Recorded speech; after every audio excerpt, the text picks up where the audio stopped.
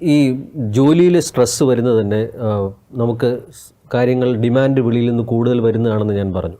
ഇതിൽ തന്നെ കൂടുതലായിട്ട് നമുക്ക് ചെയ്യാൻ പറ്റുന്നതിനേക്കാളും കൂടുതൽ ഉത്തരവാദിത്തങ്ങളും ഡിമാൻഡുകളും വെളിയിൽ നിന്ന് വരുമ്പോൾ നമുക്കുണ്ടാകുന്ന ഒരു സ്ട്രെസ്സാണ് എക്സസീവ് സ്ട്രെസ് എന്ന് തന്നെ വിളിക്കും. ഇത് തുടങ്ങുമ്പോൾ തന്നെ നമുക്ക് ജോലി അലോട്ട് ചെയ്യുന്ന ആൾക്കാരുമായിട്ട് തുറന്ന് സംസാരിക്കുക. എനിക്ക് ചെയ്യാൻ പറ്റുന്നത് ഇത്രയേ ഉള്ളൂ എന്നുള്ളത് അവരെ മനസ്സിലാക്കുമ്പോഴത്തേക്ക് അതൊരു കോൺഫ്ലിക്റ്റിൽ എത്തുകയോ ഇല്ലെങ്കിൽ അത് മനസ്സിലാക്കാതെ സംസാരിക്കാതെ പോയി അടുത്ത സ്റ്റേജിലേക്ക് എത്തുകയോ ചെയ്യരുത്. വളരെ അസർട്ടീവായി അവർക്കൂടെ പറഞ്ഞാൽ മനസ്സിലാകുന്ന രീതിയിൽ തുടക്കത്തിൽ തന്നെ ആ കമ്മ്യൂണിക്കേഷൻ നടത്തുക.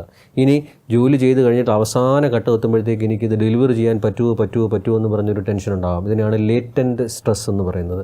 ഈ എക്സസീവ് സ്ട്രെസ്സും ലേറ്റൻറ്റ് സ്ട്രെസ്സും ഒക്കെ സാധാരണ ജോലി സ്ഥലങ്ങളിൽ നമ്മൾ കണ്ടുവരുന്നതാണ്.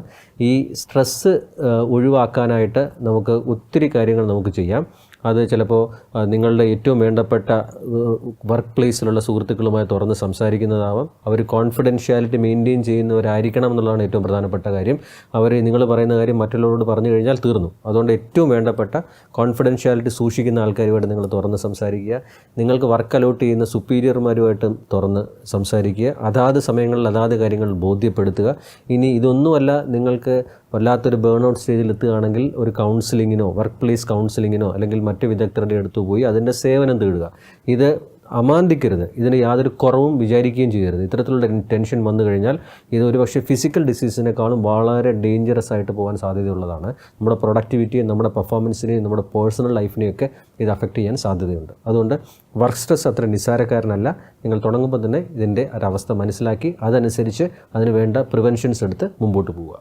ഈ സ്ട്രെസ്സിനെ തന്നെ ഒരു വർക്ക് പ്ലേസ് കോണ്ടെക്സ്റ്റിൽ നമുക്ക് രണ്ടായി തരംതിരിക്കാം. ഒന്നിനെ നമുക്ക് EU സ്ട്രെസ് എന്നും രണ്ടാമത്തേതിനെ ഡിസ്ട്രെസ് എന്നും വിളിക്കാം. സ്ട്രെസ് എന്ന് വിളിക്കുന്ന EU എന്നാണ് അതിൻ്റെ സ്പെല്ലിംഗ്. യു സ്ട്രെസ് എന്നുള്ളതിൻ്റെ അർത്ഥം തന്നെ പോസിറ്റീവായിട്ടുള്ള സ്ട്രെസ് എന്നാണ്. മറ്റേത് ഡിസ്ട്രെസ് എന്ന് ഉദ്ദേശിക്കുന്നത് നെഗറ്റീവായിട്ടുള്ള സ്ട്രെസ്സാണ്. എന്താണ് സ്ട്രെസ് എന്ന് പറഞ്ഞാൽ വളരെ സിമ്പിളായിട്ട് നിങ്ങൾക്ക് മനസ്സിലാക്കാൻ വേണ്ടി പറയാം. ഒരു കുട്ടി, നിങ്ങളൊരു ഹയർ സെക്കൻഡറിക്കോ ഡിഗ്രിക്കോ PGക്കോ പഠിക്കുന്ന ഒരു കുട്ടി, ഈ കുട്ടിക്ക് പരീക്ഷയാകാൻ പോവുകയാണ്. ഈ പരീക്ഷയാകാൻ പോകുമ്പോഴത്തേക്ക് പരീക്ഷയാണെന്നും അത് എനിക്ക് നന്നായിട്ട് പ്രിപ്പയർ ചെയ്ത് പെർഫോം ചെയ്തില്ലെങ്കിൽ അതിൻ്റെ ഭാവിയെ അഫക്റ്റ് ചെയ്യുമെന്നും ഒക്കെ ആലോചിച്ച് നമുക്ക് ഒരു വല്ലാത്തൊരു ഫീലിംഗ് ഉണ്ടാവാം, ഒരു ടെൻസ്ഡ് ഫീലിംഗ് ഉണ്ടാവാം. ഈ ഫീലിംഗ് ഉണ്ടാകുന്നത് പരീക്ഷയ്ക്ക് 1 മാസം മുമ്പോ ഇല്ലെങ്കിൽ 2 മാസം മുമ്പോ 3 മാസം മുമ്പോ ഒക്കെ ആണെങ്കിൽ നമ്മൾ എന്ത് ചെയ്യും? ഈ ഫീലിംഗ് വന്നതോടുകൂടി തന്നെ നമ്മുടെ മൈൻഡ് നമ്മളെ അതിനു വേണ്ടി പെർഫോം ചെയ്യാനായിട്ട് പ്രേരിപ്പിക്കും, പുഷ് ചെയ്യും. ഇത്തരത്തിലുള്ള സ്ട്രെസ്സിനെയാണ് നമ്മൾ സ്ട്രെസ് അഥവാ പോസിറ്റീവ് സ്ട്രെസ് എന്ന് പറയുന്നത്. അതായത് നമ്മൾ എടുക്കുന്ന ഉത്തരവാദിത്വം ഡെലിവറി ചെയ്യുന്നതിന് കുറേ സമയം മുമ്പ് തന്നെ അത് ഡെലിവറി ചെയ്യേണ്ട ആവശ്യകതയെപ്പറ്റി നമ്മുടെ മനസ്സ് നമ്മളെ ഓർമ്മിപ്പിക്കുന്നു, പുഷ് ചെയ്യിക്കുന്നു, നമുക്ക് ടെൻഷൻ തരുന്നു. അത്തരത്തിൽ വരുമ്പോഴത്തേക്ക് നമ്മൾ അതനുസരിച്ച് പ്രിപ്പയർ ചെയ്യുകയും പെർഫോം ചെയ്യുകയും ചെയ്യുന്നു.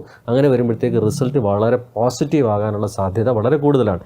ഇതിനെയാണ് നമ്മൾ സ്ട്രെസ് അഥവാ പോസിറ്റീവ് സ്ട്രെസ് എന്ന് പറയുന്നത്. ഇനി ഇതിൻ്റെ നേരെ തിരിച്ചാണെങ്കിലോ, ഒരു പരീക്ഷ വരാൻ പോകുന്നു, അതിനെപ്പറ്റി ആലോചിക്കുന്ന പോലുമില്ല, യാതൊരു ആശങ്കയുമില്ല. പക്ഷേ പരീക്ഷയുടെ തലേ ദിവസമായിരിക്കും നമുക്ക് പരീക്ഷയെപ്പറ്റി, അതുണ്ടാകാൻ പോകുന്ന റിസൾട്ടിനെ പറ്റിയും അത് ഉണ്ടാക്കാൻ പോകുന്ന ആഘാതത്തെ പറ്റിയൊക്കെ നമുക്ക് ആലോചിക്കാൻ തുടങ്ങുന്നത്. അപ്പോൾ ടെൻഷൻ തുടങ്ങുന്നു. നമ്മൾ പ്രിപ്പയർ ചെയ്യാൻ നോക്കുമ്പോഴത്തേക്കൊന്നും പ്രിപ്പയർ ചെയ്യാൻ പറ്റുന്നില്ല. പരീക്ഷ ഹാളിൽ പോകുന്നു. ക്വസ്റ്റ്യൻ പേപ്പർ കിട്ടുമ്പോഴത്തേക്ക് ആ ക്വസ്റ്റ്യൻ എന്താണെന്ന് പോലും വായിക്കാൻ പറ്റുന്നില്ല. പരീക്ഷ എഴുതാതെ വരുന്നു. ആ സമയത്ത് വല്ലാത്തൊരു ടെൻഷൻ അനുഭവിച്ച് പരീക്ഷ കഴിഞ്ഞതിന് ശേഷം പിന്നെ നമ്മൾ ഈ പറയുന്ന നേരത്തെ പറഞ്ഞ പല സ്റ്റേജുകളിലേക്കും ബേൺ ഔട്ട് സ്റ്റേജിലേക്കൊക്കെ പോകും. ഇതിന് കാരണം എന്താണ്? നമുക്ക് സ്ട്രെസ്സ് നേരത്തെ വന്നില്ല. ആ ചെയ്യേണ്ട സമയത്താണ് ഈ ടെൻഷൻ വന്നതും. അതുകൊണ്ട് തന്നെ നമുക്ക് പ്രിപ്പയർ ചെയ്യാനോ പെർഫോം ചെയ്യാനോ ഉള്ളൊരു സമയം കിട്ടിയില്ല. അതിൻ്റെ റിസൾട്ട് ഒരു ഫെയിലുവർ ആകാനുള്ള സാധ്യതയാണ് മിക്കവാറും ഉണ്ടാകാൻ പോകുന്നത്. അപ്പോൾ ഇത്തരത്തിലുള്ള സ്ട്രെസ്സിനെയാണ് നെഗറ്റീവ് സ്ട്രെസ് എന്ന് പറയുന്നത്. നമുക്ക് നെഗറ്റീവ് സ്ട്രെസ് ഉണ്ടാകാതെ നോക്കുക. അതിൻ്റെ അർത്ഥം സ്ട്രെസ് ഉണ്ടാകുക. നമ്മൾ ചെയ്യാൻ പോകുന്ന കാര്യത്തിനെ പറ്റി അഡ്വാൻസ് ആയിട്ട് ചിന്തിക്കുമ്പോൾ തന്നെ നമ്മുടെ മനസ്സ് നമ്മളെ പുഷ് ചെയ്യിപ്പിച്ചുകൊണ്ടിരിക്കും. അത്തരത്തിൽ നമുക്കുണ്ടാകുന്ന സ്ട്രെസ്സിനെയാണ് പോസിറ്റീവ് സ്ട്രെസ്, ഒരു സ്ട്രെസ് എന്ന് പറയുന്നത്. ഈ ചോദ്യത്തിൻ്റെ അർത്ഥം തന്നെ സ്ട്രെസ് വരുന്നത് നല്ലതാണോ എന്ന് ചോദിച്ചാൽ പോസിറ്റീവ് സ്ട്രെസ്, സ്ട്രെസ് ഉണ്ടാകുന്നത് നല്ലതാണ്. പക്ഷേ നെഗറ്റീവ് സ്ട്രെസ്, ഡിസ്ട്രെസ് നമ്മുടെ ജീവിതത്തിനെ തന്നെ വല്ലാതെ ഒരുപക്ഷെ തളർത്തിക്കളയും. അതുകൊണ്ട് പോസിറ്റീവ് സ്ട്രെസ്, സ്ട്രെസ് ഉണ്ടാകാനായിട്ട് നമ്മൾ അഡ്വാൻസ് ആയിട്ട് നമ്മൾ ചെയ്യാൻ പോകുന്ന കാര്യത്തിനെ പറ്റി മനസ്സിനെ അലർട്ട് ചെയ്തുകൊണ്ടേയിരിക്കുക.